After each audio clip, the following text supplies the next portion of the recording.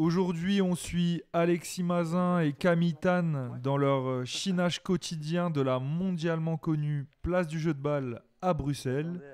Ils viennent d'ouvrir un magasin qui s'appelle Bois juste à côté. Ils vont tout vous expliquer dans cet épisode 4 de la saison 2 du Tommy Show. N'oubliez pas de vous abonner. Du coup, il pourra nous guider pour aller plus vite. C'est toujours cette guerre un peu, hein. Que la guerre commence. La guerre de l'objet. Tu cherches quoi en général d'ailleurs? Je cherche des formes en bois surtout et des peintures. Oh, il a repéré un truc. C'est quoi qui t'attire si tu choisis cette forme? Je le trouve rigolo, un peu médiéval comme ça, mais bon, pas assez ancien pour moi. Tu trouves combien d'objets en général quand tu fais ton tour? 2-3 objets. Je crois que je mets à peu près 20 balles par jour. Mais ça peut être 50, 100 balles parfois, ou ça peut être 0. Mais quand je trouve rien, j'ai quand même cette envie de trouver un truc, quoi. Pas? Je sais pas. Incroyable. Enfin, c'est l'arrière. Hein, ouais, bah oui. Ouais. L'arrière est mieux que le... Ouais, mais c'est incroyable. Là, c'est une petite pépite, là. Ah ouais? On a un ready-made entouré de wenge en bois. C'est quoi du wenge? C'est un type de bois? C'est un bois super, mais super, quoi. C'est zébré un peu, tu vois. Ok. Superbe bois. C'est assez rare à trouver du bois comme ça. Du wenge? Ouais. Faut pas dire rare devant le mec au moment où on propose oh, le pardon. prix, hein, sinon ça monte pas. J'ai... Attends, tu dis les mauvais mots. J'avoue. Oh, attends, mais je vais filmer avec ça en fait. Ah bah. Prêt? Alors ça, regarde, si tu veux voir, c'est marrant, on en voit souvent. C'est des biches en bois, des sculptures d'animaux. Et en fait, je les récupère pour la partie centrale, pour faire une forme flasque. Parce qu'elles sont pleines? Parce que c'est du bois massif. J'enlève tout, hein, j'enlève les jambes et tout, je la décapite, mais regarde, c'est une forme assez intéressante. Ah, c'est pour faire tes mobiles? Exactement. Chef, ça va? Ouais? C'est combien ça? Ah, elle est partie là-bas. Ah, elle est partie déjà? On va attendre. Dommage. Ah, tu l'as prise? Ouais. Ouais, 3 balles. Hein. Ça va, propre. Il te reste 17 € sur ton budget. C'est ça. Celui-là est pas mal, mais... Ouais, j'ai vu hier, ouais. Mais celui-là est pas mal, mais... Mais bon, c'est pas évident non plus. Un peu baroque, quoi, tu vois. Ouais, il est beau.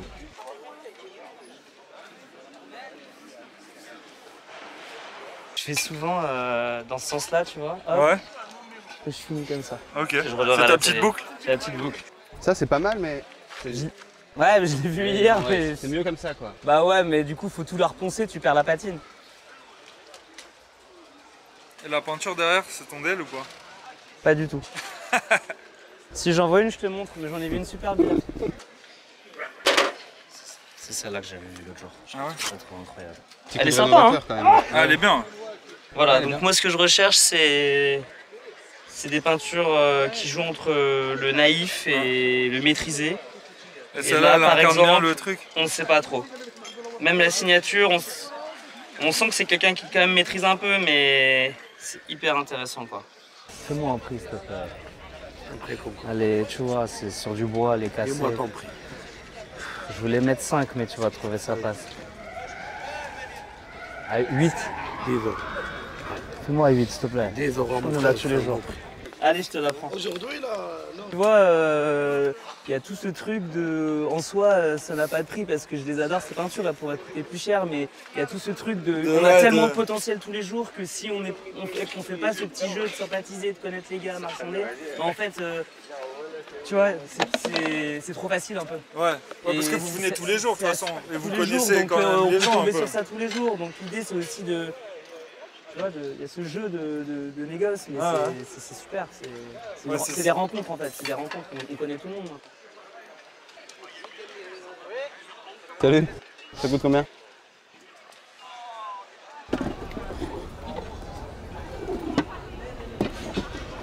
Est-ce que 3 ça va? Une petite boîte, sympathique. Une boîte ancienne, en pin. Peut-être avec une petite photo sympa. Ah, petite dedans. photo. Ouais, joli, je trouve. Petite patine. C'est marrant Alexis, parce qu'on fait jamais le jeu de balle ensemble. C'est-à-dire, avec Alexis? Ouais. On le fait tout le temps, c'est notre tour méditatif du matin. Là, c'est exceptionnel, on est avec Tommy, donc c'est dur de rester, des choses, quoi. De rester ensemble au marché. T'es toujours attiré par des trucs ouais, différents.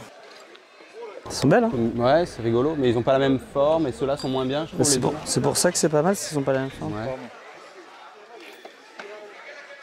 Ah, merci. Le cheval est marrant, hein? Ouais, mais lui, il est trop kids. Il est trop kids. Alors, qu'est-ce que c'est? Des lunettes de soleil. C'est hyper alien, hein? Hier, il avait des trucs intéressants. Ça a changé aujourd'hui? Ouais. T'as renouvelé les cartons? Ouais, bah en fait, j'avais pas tout compris. C'était où tous les trucs qu'il y avait dans la caisse et tout là? J'ai encore dans une autre camionnette. Ah ok. Parce que ça n'a pas été trié, tu vois. Ah ouais, ouais. C'est pas des trucs, tu vois, que comme je t'avais dit. Terre et les petites maisons en bois, là, je trouve ça génial. Bah tiens, mon peintre préféré. C'est qui? D'après toi? Vincent Van Gogh. Eh oui. Ah, c'est ton peintre préféré? Ouais. Ah, je savais pas ça. Que la dernière fois, t'as acheté le Monet déjà. J'avais un peu plus d'argent. Je sais pas lequel est le plus coté d'ailleurs. Ça c'est hyper intéressant. T'es d'accord? Ah ouais, cash. Cash.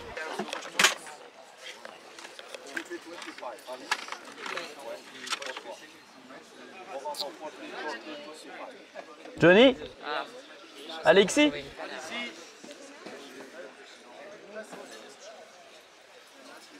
Ouais, c'est beau, c'est quoi? Bah, c'est un bout. c'est bien là la question. Ouais, c'est sympa. Non. Ça, tu me fais 1 € le bout de bois ou quoi? Franchement. T'es sûr? T'es sûr? Ça marche. Je sais pas à quoi ça sert, mais c'est rigolo. C'est marrant, hein. Il y a un trou. Très Tintin au. Non, non Kiki Flip. Kiki Flip. Ça, c'est pas votre genre de forme. Si, mais Ouais, moi la non, ligne hein. me dérange en fait. C'est trop clean et là c'est trop. Ok, c'est trop fin. taffé. C'est trop taffé. Ouais, mais t'as fait côté. Côté obscur. Il n'y a pas de choc Obscur, esthétique. C'est un peu trop chapeau pour moi. Ah, elle est sympa, hein. Regarde. Elle est maîtrisée de ouf, mais Ouais, mais le ciel, il est beau. au niveau, du geste, c'est sympa. Ah, Camille, enfin le mot bois apparaît. Incroyable. Il est là. cette journée. Elle est belle, la typo, en plus. Est-ce que c'est ça qu'on doit accrocher sur le sur le magasin? Bon, ça va, vous avez quand même trouvé des petits trucs. Ah, super journée avec le soleil incroyable. Tu vois, regarde là, la patine de l'huile, elle est ouf, regarde. Tu vois, quand ça brille là comme ça. Tu vois, elle est trop mal conservée, il y a le trait. Ouais. Pourtant, c'est vieux, hein. On voit derrière 371 avenue Brugman, à Reims. Ah ouais. Moi, j'aime bien il y a un truc un peu les Cobra, pas masses mal. de bleu là, tu vois, mais. Ouais, on Il y a lui quelque met chose. 12 sur 20. Il met 12. 11 même. Tu veux un Dark Vador fait en. En truc 3D. Oh là ouais. là. Ah ouais, c'est imprimé 3D, ça? Incroyable, non, c'est des couches de papier, regarde, c'est n'importe quoi. Ouais, ça, c'est pas ouf. C'est l'heure de partir, ça veut dire. C'est l'heure de partir de. C'est l'heure d'aller au Dark magasin. Vador, là.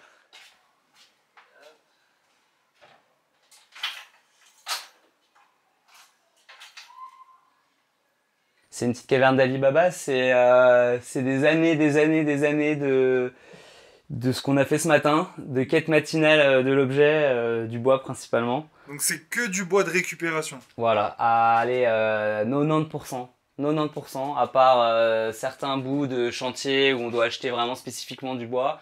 Tout le reste, c'est strictement, mais même du métal, hein, aux opalines, tout vient du jeu de balle. En fait, toi, tu te définis comment, du coup? Il y a une partie de ma pratique qui, clairement, se base sur la récupération d'objets. Mais ça va de planches rectangulaires pour faire des meubles jusqu'à l'objet totalement atypique. Pour répondre à ta question, je pars souvent d'une contrainte dans mon travail, d'un objet existant, et à partir de là, je recrée une forme. Je sais pas, je pars d'un exemple bête, je sais pas, un pied en wenge, tu vois. Je vais trouver une forme, et là, par exemple, avec cette machine, bah, tu vois, Ouais, tu vas la poncer. je vais la tailler, je vais la poncer, je vais sûrement faire quelque chose parce que c'est un peu mon délire qui va vers la goutte, quelque chose de fluide. Je vais casser les angles, les arêtes pour aboutir à des formes beaucoup plus suintantes, visqueuses, tombantes. Voilà. Et du coup, t'es un menuisier, t'es quoi? Bah, on est dans l'artisanat clairement, mais je suis entre le design parce qu'on fait des meubles et puis aussi entre la sculpture parce que je fais des mobiles. Et puis en fait, ce qui est intéressant, c'est quand les deux sont combinés, quoi. Bah, les mobiles, c'est tout un travail qui découle d'abord d'une partie où pendant des années j'ai travaillé sur les notions de force de manière beaucoup plus sculpturale en montrant la force autour de nous, par exemple dans l'architecture avec les fissures, dans des impacts, en utilisant des outils, des serre-joints, des élastiques, des cordes, en montrant des systèmes de compression, de traction, d'écrasement, des installations de choses compressées contre des murs, des sculptures actives en équilibre, voilà. Et ça a été une partie de mon travail pendant plusieurs années. Et j'ai arrêté ensuite pour me consacrer plus au design, mais la sculpture est revenue et c'est les mobiles qui ont pris le relais, mais d'une manière beaucoup plus délicate. Et ces notions de force, elles sont traduites plutôt par des systèmes d'équilibre, de poids, où je pars d'éléments très simples, le métal, la roche et le bois. Ça, c'est un tabouret que j'ai trouvé. Donc ce qui m'intéresse, c'est les pieds. Mais le plateau, par exemple, il est beaucoup trop neuf, donc je vais le changer. Je vais mettre un plateau en bois massif qui a une forme beaucoup plus brute, je pense. Que tu as déjà en tête ou... J'ai déjà en tête, qui va se situer par là. Mais de la même manière, je fais des meubles... ça, c'est des plateaux en teck que je trouve régulièrement. Je les ai montrés tout à l'heure. Et par exemple, là, c'est un projet, ce serait le dessus d'un tabouret. Ça reste un exemple, mais l'idée, c'est de partir de ça. Ça peut être un autre plateau, ça peut être n'importe quoi. Ouais, tu testes des formes. Voilà, et l'idée, c'est après, c'est de les avoir de la même couleur. Donc, c'est de tout les reponcer, de les teinter. Et donc, vous avez cet atelier, et du coup, vous avez ouvert le magasin en face. Comment ça s'est fait l'ouverture? Alors, il y avait une première contrainte, c'était l'espace, puisque Alexis, ça fait 10 ans pratiquement qu'il récupère des objets, et moi, ça fait presque 6 ans. Et donc, il y a un moment, on arrive à saturation un peu de l'atelier, et donc la question s'est posée d'agrandir, de changer d'espace, et en fait, logiquement, ce qui s'est passé, c'est qu'on avait besoin d'un espace d'exposition, même un magasin, ce qu'il faut en vivre. En fait, à côté, c'est l'aboutissement de plusieurs années où on a accumulé à côté et on a décidé d'ouvrir à la fois un magasin, mais aussi un atelier au fond. Comme ça, on peut recevoir les gens tout en travaillant. Bienvenue à Bois. C'est au numéro 7. C'est au numéro 7 du Chevreuil.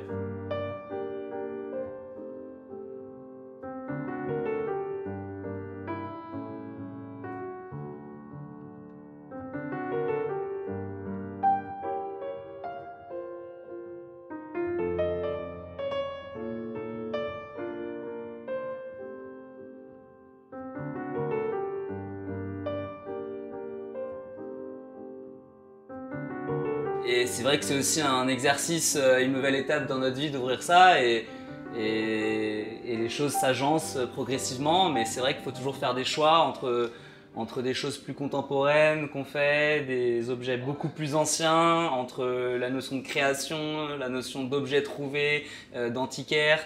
Voilà, mais ça se fait petit super, à petit. Ouais, non, il n'y a pas de souci. Ouais. C'est marrant, hein, ça coûtait pas cher. T'es passé de 10 à 1, non? Non, celui-là, il avait dit 2. Ah, il avait dit 2, j'ai dit 1. Mais en fait, elle est vraiment moche, cette partie-là, c'est du pain, en fait. Ça aurait été du chêne, l'objet, il aurait été incroyable, mais c'est con, j'ai pas envie de le recouper non plus, mais... Et puis les objets se répondent bien, je pense, parce que dans tous les cas, même s'ils ont l'air modernes ou anciens, ils ont des marques de l'artisanat, quoi. Et c'est ça qui... Ouais, c'est vraiment ça qui se retrouve, ouais.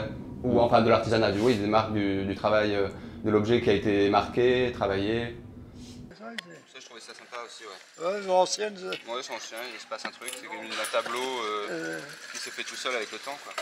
Enfin, je le dis souvent comme ça, je les considère comme des objets vivants, puisqu'ils ont du vécu, on sent qui ont été marqués par plein d'histoires. Et c'est ça qui me touche, c'est de les imaginer, ces histoires, et d'imaginer ce qui a pu se passer avec chaque objet. Et c'est en fait, c'est de rêver, quoi. Ouais. Bah vas-y, hein. T'es chaud de montrer tes petites lampes en face? Avec plaisir. À la base, je faisais de la peinture et j'étais amoureux du marché aux puces et de tous ces matériaux qu'on pouvait récupérer ou qui étaient abandonnés aussi. Et donc j'ai cherché un atelier dans le quartier et j'ai trouvé cet espace et qu'on a partagé avec Camille. Et donc en effet, je collectionne plein de bouts de bois que je vais chercher tous les matins et moi je travaille que avec des trucs qui viennent du marché. Et du coup, comment t'es passé de la peinture à l'objet? Ça s'est fait naturellement via les morceaux que tu trouvais en fait? Je faisais des tableaux et je me sentais pas très utile dans la société et disons que je trouvais que c'était beau de faire des tableaux. En fait ce qui me plaisait là-dedans, c'était surtout de les faire. L'acte de peindre me plaisait beaucoup. Mais après, une fois que j'avais fait des tableaux, je me retrouvais avec des tableaux posés les uns sur les autres chez moi. Ça prenait beaucoup de place. Ça n'avait pas un grand intérêt, à part que j'en mette un au mur, ça décore un peu. Mais je voulais me sentir plus utile, ou en tout cas que mes tableaux aient une utilité un peu plus pratique, quotidienne. Je me suis dit, les tableaux pourraient devenir des sortes de panneaux sur lesquels on accroche des trucs, ou avec des boîtes. C'était un peu inspiré des panneaux de bricolage sur lesquels on accroche les outils. Ensuite, quand j'ai eu l'atelier ici et mon appartement au-dessus, j'ai eu plus de place et j'ai pu enfin travailler sur des meubles, quoi. Sur des trucs vraiment en 3D. Et donc l'idée, c'est de continuer de faire des meubles en les composant comme des tableaux et en m'amusant à composer avec différentes pièces de bois, puisque le bois que je trouve, évidemment, est toujours... c'est toujours des planches différentes, des bois différents, des patines différentes, que je retravaille, mais bon, de plus en plus, j'aime bien trouver du bois qui a vraiment une patine vivante, et trouver un bout de bois qui est vivant et qui n'a pas besoin spécialement d'être trop retravaillé, quoi. Être artiste et fabriquer des trucs, je trouve ça super, mais en voyant tous ces objets au marché qui me passionnent et qui m'intriguent, j'y trouve vraiment une poésie dans ces objets qui sont des objets indéfinis, disons, faits par des amateurs, des bricolages faits il y a 100 ans, et donc ça me fait rêver, ça me fait imaginer plein de choses, et ça m'évoque l'artisanat, ça m'évoque mes grands-pères, ça m'évoque un truc qu'on a un petit peu perdu aujourd'hui. C'est vrai que quand on voit tous ces objets au jeu de balle, en fait, on dit putain, c'est ouf, tous les jours il y a ça en plus. Tous les jours, ça n'arrête pas, et moi j'ai trop envie de les sauver, d'en faire quelque chose, de les détourner. Ils m'évoquent des trucs, ils me font imaginer des choses, et donc j'adore assembler. En fait, c'est mettre en rapport aussi des choses, des formes et des marques du temps pour les sublimer, les mettre en valeur. Peut-être pour tes panneaux muraux, hein, t'en mettras un. Ouais, c'est très, très noir, hein. Très blanc, très noir. Quoi, ouais. Black and white. Un mot de la fin? À vendre. À donner. Ouais, c'est votre cadeau à la communauté. À la communauté, exactement.